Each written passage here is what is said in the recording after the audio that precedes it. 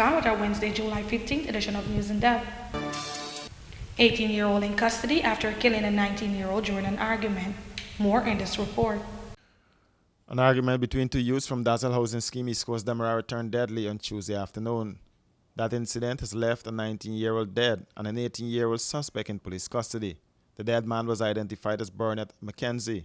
According to a police report, the deceased and the suspect are known to each other and live in the same village.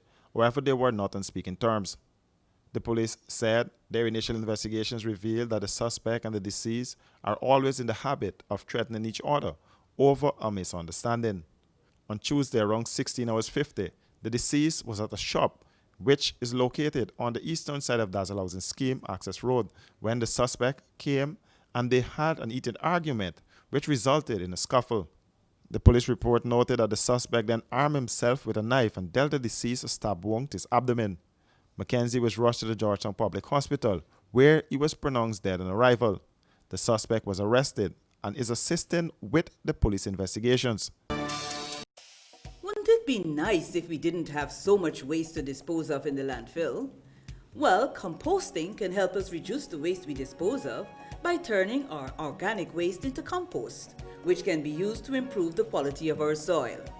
Composting is very simple and convenient. You can compost using organic waste such as vegetable skins, or fallen leaves and cut grass and put this in a composting bin or pile.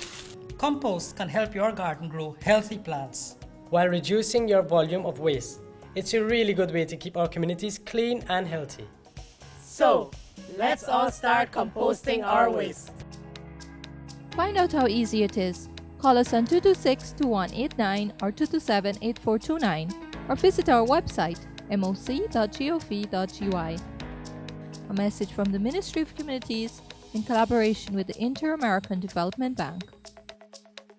Hi, my name is coronavirus disease, but you can call me COVID-19. I'm a virus and I can make you sick. I can cause fever and cold. I can also cause you to have difficulty breathing. I'm in Guyana and I'm traveling around the world. I'm basically on every continent.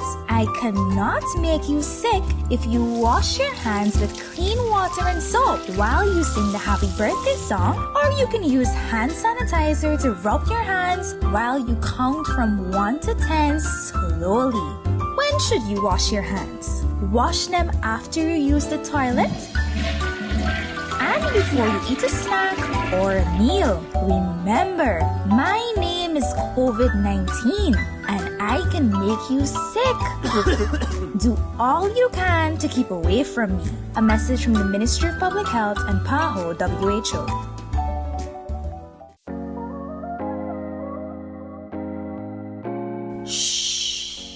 It's your new secret. The all-in-one weapon for perfecting imperfections and capturing flawless skin.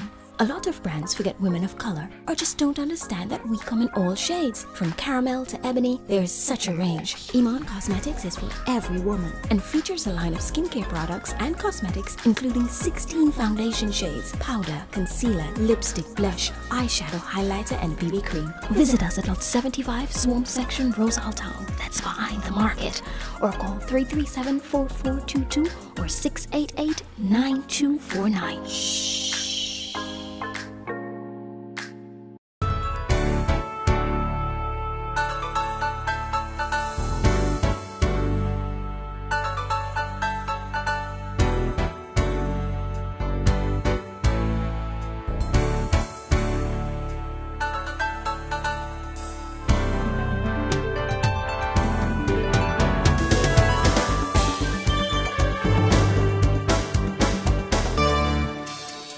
Welcome back.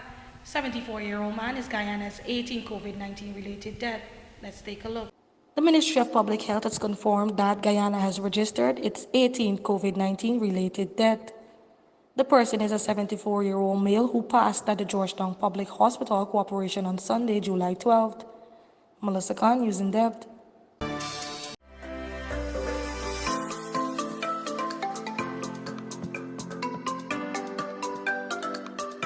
Disinfecting surfaces for the removal of the virus causing coronavirus disease 2019.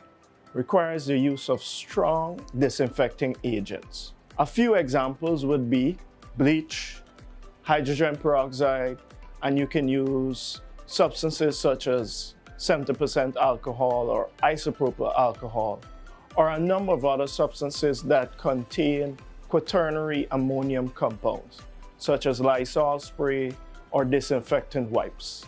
In order to correctly disinfect the surface, there needs to be a use of the disinfectant agent with an applicator. This applicator can be anything from cotton wool, gauze, or a clean, dry cloth. In order to disinfect the surface correctly, you must soak the applicator or your material with the disinfectant of choice and wipe your surface in one direction. After disinfecting the surface, you need to leave the disinfectant in contact with the surface for about 1 to 5 minutes, depending on the type of disinfectant that is used. As soon as the time has passed, and this time is referred to as your contact time, you can then proceed to use the surface. For other disinfectants, such as your disinfectant sprays and wipes, like Lysol and Clorox wipes, it's advisable that you use as directed, based on the instructions that are written on the back of the can or container that contain these substances. And usually the contact time for these substances is between 1 and 10 minutes, with 10 minutes giving you the best results. There are a number of other substances that claim to have disinfecting properties, such as Fabuloso, Hygenol, and substances of the like, but it should be known that these substances tend to remove germs rather than kill germs. If you will be using these substances, it is advisable that you first apply them, then use any of the substances previously mentioned in order to completely kill the organisms from the surface, thereby rendering the surface coronavirus-free.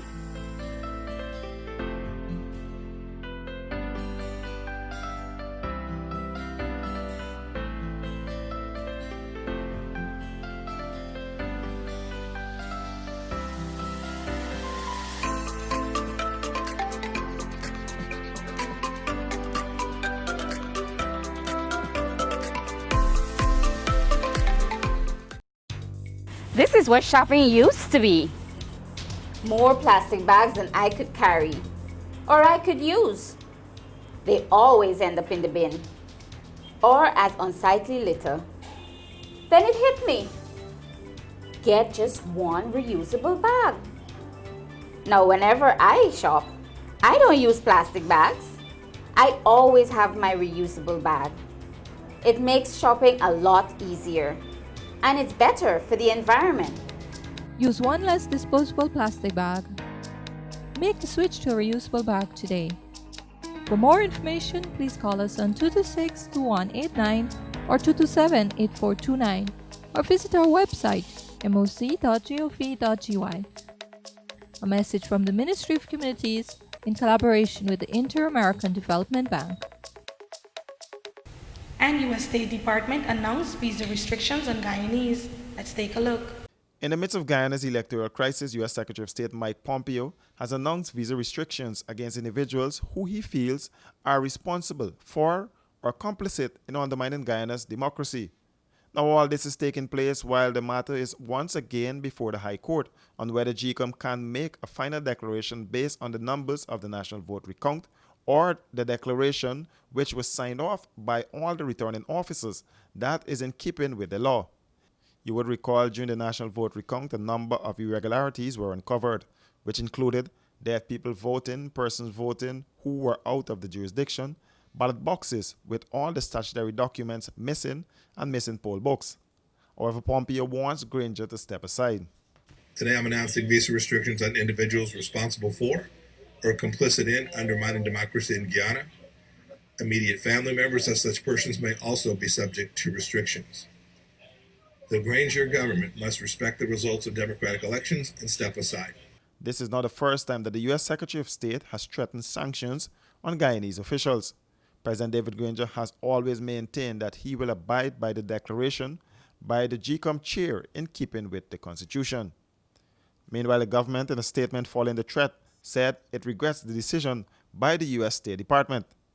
The statement added that the matter affecting the outcome of Guyana's elections is still before the courts, which is entirely the responsibility of the judiciary. No declaration has been made. The executive branch has not participated in the undermining of the electoral process and urges all countries interested in Guyana's development to wait the logical conclusion of the process, which is being managed by the Guyana Elections Commission in accordance with the Constitution of Guyana. The executive arm has not interfered in the functioning of the Guyana Elections Commission, according to the government of Guyana. Guyana's Public Security Minister Kemraj Ramtatan is calling on Guyanese to keep an eye out for mischief makers who are bent on destroying government buildings. The minister was speaking at a press conference on Monday at his Brigham office. According to Ramtatan, the security forces are on high alert. Inform the police about. And so that can help. We just cannot have our 4,000 or 5,000 policemen all across the country just looking after public infrastructure. That requires the help of the citizenry too. And whatever information that the citizenry can have or has in relation to potential